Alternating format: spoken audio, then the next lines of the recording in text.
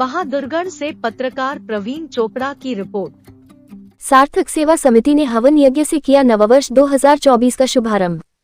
सार्थक सेवा समिति ने सेक्टर 9A के कम्युनिटी सेंटर में हवन यज्ञ करके नए साल की शुरुआत की।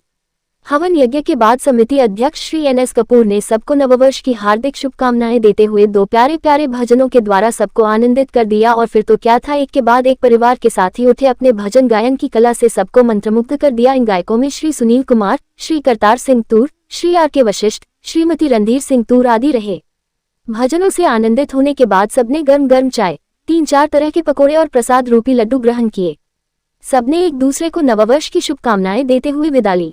वहीं इस मौके पर श्री SM पाल, श्री हरिचंद रोजा, श्री वीरेंद्र रोहिल्ला, श्री RK सुनामी, श्री RK तेहलान, श्री सोमपाल, श्री धर्मेंद्र सैनी, श्री वजीर सिंह दहिया, श्री ज्ञान सिंह सैनी, श्रीमती सुदेश संडोजा, श्रीमती रामरती मलिक, श्रीमती डा अंजू गुप्ता, श्रीमती राजबाला, श्रीमती संतोष सैनी, श्री सुभाष चंद्र गर्ग, रणधीर सिंह तूर, श्री यदि मल्होत्रा, श्री गौरव अरोड़ा, श्री रविंद्र पांचाल, श्री जगबीर ग्रेवाल, श्री शिव कुमार जानगड़ा आदि सब परिवार सहित उपस्थित रहे। सबसे पहले तो मैं ये बता दूं कि हम जब से हमने सार्थक सेवा समिति का गठन किया है, हमने हर साल शुरुआत जो की है 1 जनवरी को हमेशा हवन यज्ञ से ही की है। क्यों कि किसी भी चीज़ की शुरुआत करने से पहले अगर हम उस कुदरत को, उस परमपिता परमेश्वर को, उस शक्ति को अगर याद कर लें और उसी में ध्यान करके हम अपने किसी भी काम की शुरुआत करते हैं तो मेरे ख्याल से वो एक अच्छी शुरुआत होगी और उसका रिज़ल्ट भी अच्छा आएगा। और आप तो देखते हैं कि भी जो है ना, इस शुरुआत के बाद भगवान की दया से अभी 7 साल हमारे को हो गए और इस 7 साल में मेरे ख्याल से एक समिति के तौर पे सार्थक परिवार पूरे बहादुरगढ़ हलके में, इवन दूर दूर तक दिल्ली से भी कई बार जो है ना निमंत्रण आ जाते हैं और वहाँ भी हम सेवा भाव से जब भी कोई मौका मिलता है तो वहाँ भी जाते हैं। तो सिर्फ ये मेरे ख्याल से तो इस हमारी जो हम शुरुआत करते हैं हवन यज्ञ से, शायद इसी का नतीजा है कि वो ऊपर वाला भी जैसे भी हम चाहते हैं, जैसे हम करते हैं, उसमें सफलता की सीढ़ियों पे चढ़ाने के लिए शायद उन्हीं की ये कोशिश है।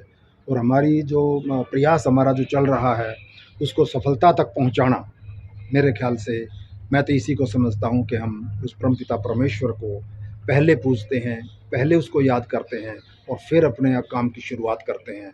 और मेरे ख्याल से इसीलिए हमने नारा भी हमारा यही है कि सार्थक बनिए और सार्थक बनाइए। क्योंकि अगर हम खुद सार्थक नहीं होंगे तो सर्टेनली हम किसी दूसरे को क्या सार्थकता के उपदेश देंगे। तो पूरे सार्थक परिवार पे मुझे गर्व है कि सार्थक परिवार हमेशा सार्थकता की तरफ रहा है और इसी पे चलते हुए अब आप लोगों को शायद पता भी होगा कि 24 तारीख को हमने सार्थक दिवस के रूप में इसको मनाया। और वास्तव में मुझे ये यकीन हो गया था कि पूरा सार्थक परिवार सार्थक हो चुका है और इसी के लिए मैं पूरे सार्थक परिवार को भी धन्यवाद देता हूँ। और आप लोगों को, जो हमारे पत्रकार भाई हैं, उनको इसलिए धन्यवाद देता हूँ कि जागरूकता फैलाने के लिए। क्योंकि जब तक देखिए जागरूकता लोगों में नहीं फैलेगी, आज नहीं कल, कल नहीं परसों, परसों नहीं नरसों, ये जागरूकता तभी फैलेगी जिस वक्त उसको कोई फैलाने वाला हो। तो आप लोग ये बड़ा अच्छा काम कर रहे हैं कि हमारे इस शुभ कर्म में आप जो जागरूकता फैलाने में हमारी मदद कर रहे हैं, आप लोगों का बहुत बहुत धन्यवाद। और मैं सबको आज के इस नव वर्ष की सवेरे सवेरे के समय में हवन यज्ञ हमारा अभी संपन्न हुआ है, मैं सबको, पूरे देशवासियों को, प्रदेशवासियों को, सबको जो है ना, मैं इस नव वर्ष पे बहुत बहुत बधाई और हार्दिक शुभकामनाएं देना चाहता हूं। और जिस तरह से कई बार आपदाएं आई हैं, कुदरती आपदाएं, वो भगवान ना लाए और हम शुभ कर्म करते चलें और बाद में रिजल्ट तो वो खुद ही अच्छे देता है। तो हमारा जो ये है कि सार्थक बनिए, सार्थक बनाइए, इसी पे हम चलते रहेंगे। और सबको दोबारा से बहुत बहुत शुभकामनाएं। इसी के साथ सार्थक सेवा समिति ने जो है 9 वर्ष पर हवन यज्ञ किया गया, क्या कहना चाहेंगे? मैं यही कहना चाहूँगी कि जो अंग्रेजी नया साल है, इसकी सबको हार्दिक शुभकामनाएं। और नए साल की शुरुआत हम लोग हवन यज्ञ से कर रहे हैं और ठंड बहुत ज़्यादा है, तो इसके साथ-साथ मैं समाजसेवी भी हूँ।